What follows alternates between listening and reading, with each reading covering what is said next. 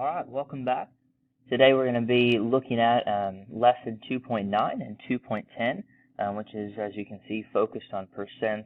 Really, as we said before, this is a continuation of 2.7 and 2.8, which was over proportions, because we're going to continue to apply proportions when we talk about percents and continue to use percents to solve these types of problems.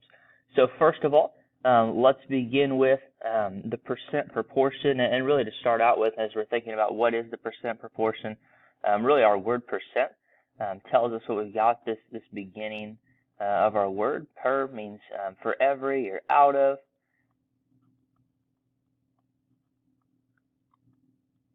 And then our ending, cent, is like a century or 1 cent, like a penny compared to $1. And that ending, that suffix means 100, like a century is 100 years, or there's 100 cents in $1. And so percent means out of 100, or for every 100. And so when we say 70%, we're saying 70 out of 100, or 10%, 10 out of 100. And so as we write proportions for percent problems, like that's the ratio that we begin with. The first part of our proportion is our ratio for our percent. And so on top of that ratio is always going to go whatever the percent is, 70%, 65%, 4.2%. Whatever the percent is always going to go on top of that number, and it's always going to be out of 100. And so that's our first ratio in our percent proportion. And then it's because it's a proportion, we have a second ratio that's equal to our first one. And the second ratio, what always goes on top is the part of our problem. And then what always goes on the bottom is the whole amount, the original amount, whatever the total amount that we had in our problem was, always goes on the bottom. And as we're looking through some of these problems, especially some of the basic problems, there's some key words that we can look for that tell us, hey, this is the part and this is the whole. And when we're looking at part, our key word that we can look for is the word is. And so you'll see here in just a moment when we look at examples, this amount is, when we see that word, is going to tell us like that is the part. And then our key word for whole is the word of. And so part over whole, is over of, and then our other ratio is our percent over 100. So let's take a look at a couple examples of this percent proportion. So in our first example, it says, what percent of 56 is 42? And so we're going to start with our two ratios that are equal to each other. We're going to set up our proportion. And then we need four things. The bottom is always out of 100.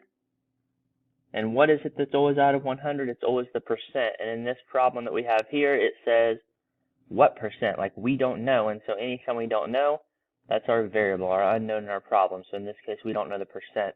So our x was above the 100. And then our part and our whole. And so we see again those keywords of 56 tells us that 56 should go on the bottom. It's our whole amount. And is 42 should go on the top, right? Is 42 is our part. So we set up our proportion, and then just like the rest of our proportion problems that we've done, we are going to cross multiply. And so we've got 42 times 100 is 4,200. We've got 56 times x is 56x. And what we know about those two products is they're equal to each other. And then we solve by getting the variable by itself. So we're going to divide by 56 to get rid of it on this side. What we do to one side, we have to do to the other. So we divide by 56 as well over here. 56 divided by 56 is 1, or 1x, or just x. And then 4,200 divided by 56 is 75. And so what percent of 56 is 42? It's 75%. So that's using the percent proportion to be able to solve those types of questions. All right, let's take a look at another one. What percent of 40 is 2.5? And so really same thing. We're always going to start by setting up our proportion. There's our two ratios that are equal to each other. Our percent out of 100 goes here, and once again, in this case, we don't know the percent. So we've got x over 100, since we don't know what the percent is. We have of 40. So our total, our whole amount, our original amount is 40. And then it says is 2.5. So 2.5 goes on the top. And then once again, we're going to cross multiply 100 times 2.5 gives us 250. 40 times x gives us 40x. Those two products are equal to each other. And then we need to get the variable by itself. So we're going to divide by 40. What we do to one side, we do to the other. 40 divided by 40 is 1, or 1x, or just x, equals. And then 250 divided by 40 is 6.25.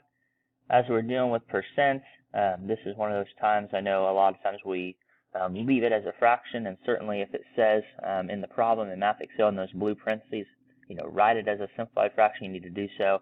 But many times as we're dealing with percents, decimals are going to come into play, and so 6.25 is our x, which again was the percent, like that's what we were missing, 6.25%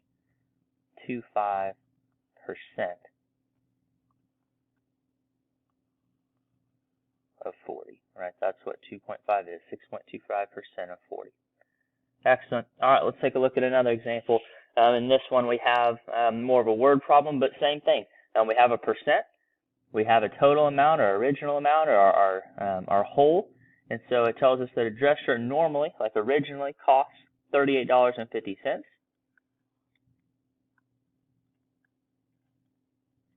So our whole amount that it started as was $38.50. And what we know is we get 30% off, and so we have 30 over 100. We want to know what's our missing value. What piece of that is 30% off? And so our x goes on top, the part that we don't know. So then we're going to solve, and so we cross multiply. $38.50 times 30 gives us 1,155. 100 times x is 100x. We know that those two products are equal to each other. And then we need to get the variable by itself, so we divide by 100 and divide by 100, and we get x is equal to $11.55. And then as we read through the problem, here's where we need to make sure we're paying attention to what the problem is actually asking. And so in our problem here, what it's asking is, what's the sale price, like what's the new price of our actual shirt?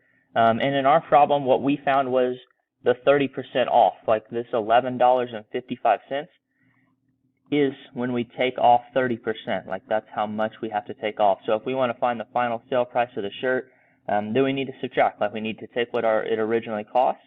So it would have been $38.50, but now we get 30% off, so we get to take off $11.55.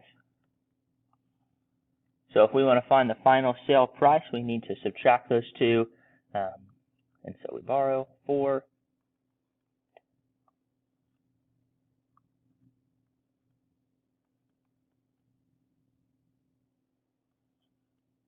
Bring down our decimal. So we find out that the final sale price when we actually purchase the shirt and take off our 30% will be $26.95. All right, one more example here of our percent proportion. So we've got two ratios that are equal to each other. Our first one's the percent, so always out of 100. Percent's always out of 100. In this case, we know the percent. It's 125%. So that's what goes on top, 125 over 100.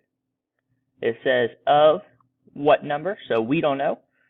So our total amount is x, the unknown in our problem.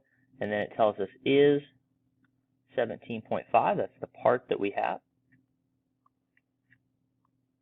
And again, we cross multiply. So 100 times 17.5 gives us 1,750. And 125 times x is 125x. And we know that those two products are equal to each other. We need to get rid of what's with our variables. We're going to divide by 125 since it's multiplication right now. What we do to one side, we do to the other. So that's gone because 125 divided by 125 is 1, or 1x. And then 1,750 divided by 125 is 14. So we find out that 125% of 17.5, 125% of 14 is 17.5. Excellent. All right, well, we're going to stop there.